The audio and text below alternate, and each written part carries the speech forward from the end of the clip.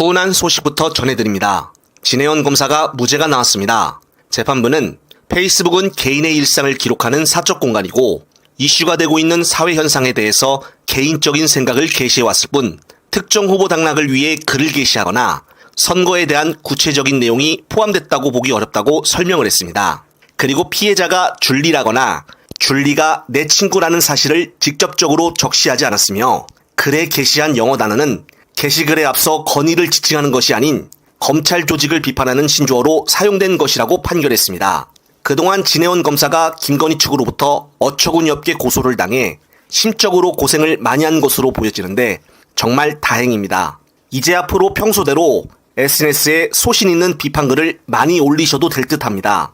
한편 김건희 공천 개입 사건이 점점 커지고 있는데 제가 지난 영상에서 명태균이가 윤석열 여조까지 개입했다고 추측을 했었는데 결국 이것을 아주경제에서 단독으로 때렸습니다. 보도에 따르면 명태균은 지난 대선 기간 때 대선 후보 여론조사에서도 깊숙이 관여한 것으로 확인이 됐다며 특히 해당 여조는 다른 조사들에 비해 윤석열 당시 대선 후보 지지율이 높게 나와 논란이 있었다고 밝혔습니다. 예를 들어 가상양자 대결에서 윤 후보가 이재명 후보를 상대로 항상 앞선다는 결과를 발표했고 당시 김건희 의혹이 공론화가 됐음에도 불구하고 윤 후보 지지율이 오차 범위 밖에서 타 후보를 앞서는 것으로 나오겠다는 것입니다. 그래서 당시에 이 여론조사에 대해 논란이 많게 되자 머니투데이와 협력했던 여조는 7월에 중단이 됐고 더욱 놀라운 점은 그 이후부터는 세계일보와 영남일보, 시사경남과 프라임경제신문, 펜앤마이크와 고성국TV, 이봉규TV 등과 협력하여 대선 여론조사를 진행했다는 것인데요. 결국 명태균의 여조회사가 논란이 심해지자 이제는 극우 유튜버들이랑 연계를 시작했다는 것인데요. 그렇다면 여론조사 때부터 이미 윤석열은 가짜를 억지로 만들었다는 것인데 정말 충격적입니다. 제2의 드루킹 사태가 아닌가 싶은데 이렇게 커지고 있는 상태에서 특검을 도입하여 철저하게 수사를 해야 하지 않나 싶습니다. 그런데 이렇게 상황이 심각함에도 불구하고 이준석은 T조에 출연해 별거 아니라고 해명을 하는데 참 가관입니다. 저도 당대표하고 있는데 공천과 관련된 상황이 있어가지고는 제보의 신빙성이라는 걸 굉장히 타이트하게 체크합니다. 그렇죠. 예, 왜냐면 사람들이 공천이 떨어질 위기나 이런 상황 속에서는 굉장히 이제 본인이 놓인 상황에서 적극적으로 얘기를 하거든요. 본인들 유리한 쪽으로 얘기를 하죠. 그러니까 예를 들어 이런 거예요. 간단히 저한테 예를 들어 텔레그램을 봤다. 제가 이거 봤어요. 그러면은 자 저한테는 한 장을 보여줬단 말이에요. 이렇게. 자 근데 그럼 제가 한 가지 이제 궁금한 건 뭐냐면은 이게 한 장이 다냐? 제가 가장 먼저 물었던 게 그거예요. 앞에 뒤에 내용이 뭐예요? 예. 근데 그게 명씨하고 김건희 여사하고 나눈 텔레그램이었어요. 김영선 전 의원하고 김건희 여사가 나눈 메시지였어요. 그러니까 저는 그게 당연히 김영선 의원일 거라 생각했는데. 그게 명씨하고 나눈 메시지라는 근데 그걸 우리가 확인할 수가 없는 게 뭐냐? 캡처잖아요. 예. 누구 핸드폰이냐가 아니라 캡처잖아요. 캡처면 우리가 예를 들어 텔레그램 대화방이나 보세요. 그러면 상대방 이름이 위에 나오죠. 그렇죠. 예. 그렇죠, 그렇죠. 예. 그러니까 누구랑 한 대화인지는 알기 쉽지 않죠. 그 당시에는 몰랐다는 거잖아요. 근데 의뢰 짐작하기로는 이건 당연히 김영선 의원이겠거니. 우리 그렇게 생각할 수 있죠. 그 당시에는 그렇게 생각했다. 네, 근데 요즘 뭐 아니라고 하는데 그 뭐 제가 봤을 때 그게 중요한 건가라는 생각이 들고. 근데 제 입장 이런 거예요. 그러니까 예를 들어 자꾸 언론에서 저한테 텔레그램 내용을 뭐 확인해달라 이런 얘기도 하는데 우선 첫째로는 우리 입장에서는 뭐 6개월 더 된 일이니까 당연히 내용 기억 안 나는 것도 있고. 그렇죠. 그러니까 그때 천하람 의원하고 같이 간 거죠. 네, 이런 거예요. 대충 이런 내용이라는 기억나지만은 우리한테 만약 워딩을 얘기해라 그러면은 그걸 어떻게 기억하지? 약간 이런 거잖아요. 김종인도 기억난다고 하는 이 상황에서 자신은 문자 내용을 밝히라고 하니까 워딩이 기억이 안 난다고 입을 털고 있는 것인데요. 하버드 대학 나왔다고 그렇게 자랑하면서 어떻게 이런 해명을 할 수가 있는 것인지 참 기가 막힌 상황입니다. 어찌됐든 지금 상황은 제 예측대로 더 심각해져 보이고 다른 언론에서도 계속적으로 새로운 소식을 내보내지 않을까 싶은데요.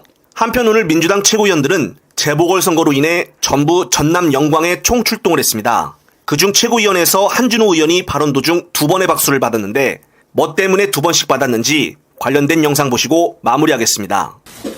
저는 어제부터 영광에서 한 달 살기를 시작을 했습니다.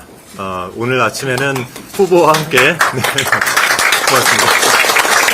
네, 오늘 아침에 후보와 함께 영광군청 사거리 앞에서 아침 인사로 오늘 하루를 시작을 했습니다. 이렇게 한 달 살기를 시작을 했더니 양보하지 그러냐 이런 말씀을 하시는 분들도 좀 계십니다. 양보해서 지려고 하는 선거가 세상에 어디 있겠습니까? 국민과 함께 영광의 미래를 만들어갈 군수 후보를 세우고 또 승리하는 것이야말로 우리 민주당이 해야 할 일이고 또 국민께 보답하는 길이다 이렇게 생각을 하고 있습니다. 국민들의 기대감도 또 아쉬움도 모두 민주당이 감내하고 끌어안아야 할 몫이라고 생각합니다. 선거일까지 얼마 남지 않았습니다. 짧고도 긴 시간 동안 영광 국민 여러분께 민주당의 진심을 보여드릴 수 있도록 비상한 각오로 임하겠다는 말씀드립니다. 그리고 대통령의 체코 순방에 대해서 한 말씀 좀 드리겠습니다. 대한민국 1호 영업사원 윤석열 대통령이 체코에 2박 4일 일정으로 순방을 다녀왔습니다. 떠날 때는 원전 동맹을 떠들썩하게 외치고 갔는데 돌아올 때는 빈손이었습니다. 한국 수력 원자력이 우선 협상 대상자로 선정된 체코 두코바니 신규 원전 건설 산업에 최종 계약을 성사시키려 간 순방길이었습니다. 언론에서는 최종 수주 가능성을 한껏 높였다라고 칭찬하고 있는데 체코 대통령 생각은 이것과는 좀 다른 것 같습니다. 최종 계약서가 체결되기 전에는 확실한 것이 없다. 한 체코 정상 공동 기자회견에서 페트르 파벨 체코 대통령이 이렇게 말했습니다. 그런데도 대통령실 고위 관계자는 체코 측의 머릿속에 한국 외 다른 파트너는 없다는 것을 느꼈다고 합니다. 세간에 말하는 정신 승리가 이런 것을 두고 얘기하는 것이 아닌가라고 생각을 합니다. 중요한 것은 일본의 마음이다 이렇게 이야기를 하더니 이번에는 체코의 머릿속을 읽는 것이 아닙니까? 제대로 읽은 것인지조차 의문이긴 합니다만 그런 궁예식 관심법이 가능하다면 혈세 써서 해외 나갔다가 빈손으로 돌아온 영업사원 1호를 지켜보는 이 국민들의 속 터지는 심정부터 좀 헤아려 보시기 바랍니다. 짧게 한 말씀만 더 덧붙이겠습니다. 이번 순방 기간 동안 한 체코 언론이 김건희 여사를 주목했다고 합니다. 한국 국가 원수가 사기꾼을 곁에 두고 있나라는 문자까지 써가면서 김 여사의 각종 의혹들을 다뤘습니다.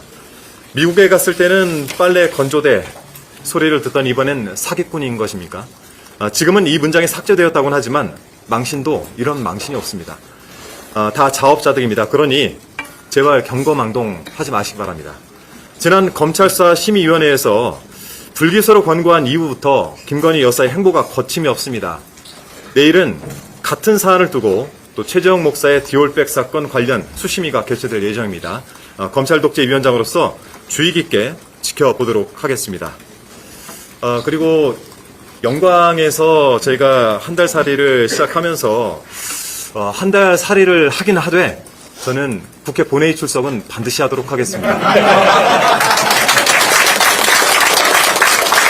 잠시 주목해 주시기 바랍니다. 구독자분들에게 특별한 선물을 준비했는데요. 제가 항상 여러분들 때 강조드리는 말씀이 있습니다. 이슈와 뉴스만 꾸준히 챙겨보셔도 충분히 돈을 벌 수 있다고 말씀드리는데요. 여기 보이시는 채널의 영상을 보시면 어떤 생각이 드시나요? 그냥 눈에 보이시는 뉴스와 영상만 보시고 아무 생각이 없으신가요? 그렇다면 저는 잘못된 것이라고 말씀드리고 싶습니다. 그 이유가 무엇이냐면 제가 8월 초에 뭐라고 말씀드렸나요? 지금은 바이오에 관심을 가져야 한다라고 뉴스만 보고 넘기지 마시고 투자를 직접적으로 생각해봐야 한다고 말씀드렸는데요. 이런 썸네일들과 영상을 통해서 충분히 구독자님들께도 전달이 되셨을 겁니다. 이런 바이오 이슈가 되었을 때 부자들은 어떻게 생각할까요?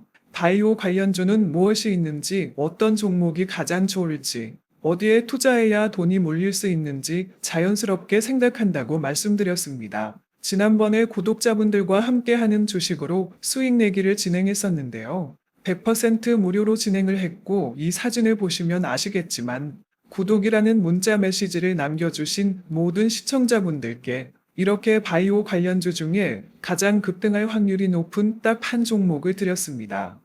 8월 13일에 우정바이오를 추천해 드렸습니다. 여기 나와 있는 사진을 보시면 정확히 얼마에 매수하고 어떤 종목을 사야 하는지 어느 지점에 팔아야 하는지 이런 부분들까지 여러분들에게 정확히 알려드렸는데요. 실제로 많은 분들께서 수입을 보셨습니다. 오른쪽을 보시면 아시겠지만 8월 13일에 우정바이오를 소개해드리고 나서 실제로 며칠이 지나지 않고 이렇게 주가가 상한가가 되었습니다. 당시에도 굉장히 많은 분들이 제가 드린 이 종목으로 수익을 내셨습니다. 지난번과 똑같이 구독이라는 문자를 보내주시면 이번에 이슈가 되고 있는 주식 중에 앞으로 대장주의 구시를 하면서 주가가 가장 크게 상승할 한 종목을 시청자분들에게 문자로 종목명과 사고자 하는 시점을 모두 알려드리겠습니다. 이 영상을 보시고 계시는 시청자분들 중에 종목이 궁금하다 하시는 분들은 남녀노소 시간대 상관없이 이렇게 상단에 번호를 항상 남겨놓고 있습니다.